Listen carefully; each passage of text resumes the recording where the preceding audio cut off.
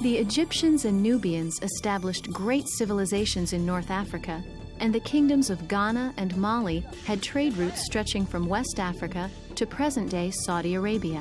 Cloth, or textiles, are also a part of Africa's rich history. The textures and designs of African cloth stand as traditional signs of power and status. For the Akan people of Western Africa, kente cloth has long been a symbol of power. In the 16th century, kente cloth was the clothing of choice for members of Akan royalty. Woven of silk and decorated with elaborate patterns, kente cloth showed their wealth and power. In the north, cloth and its uses are signs of the land's Greek, Roman, Muslim, and Berber past.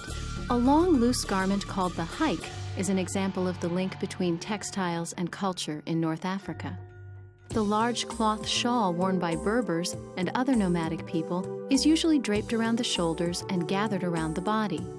The haik's closest ancestor is the toga, worn in ancient Greece and Rome.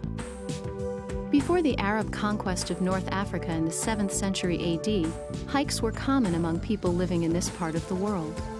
But when Arabs conquered these Roman colonies in the 7th century AD, they introduced new cloth traditions, including the turban and long-sleeved cotton or wool tunics known as kaftans or jellabah.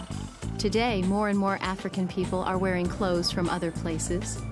Many men and women wear traditional clothes, but often on top of contemporary Western suits or pants.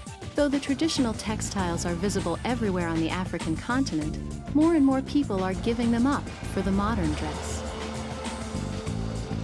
Western suits, dresses, and pants are often seen as status symbols among Africans who view traditional forms of clothing and dress as backwards, primitive, or simply unfashionable.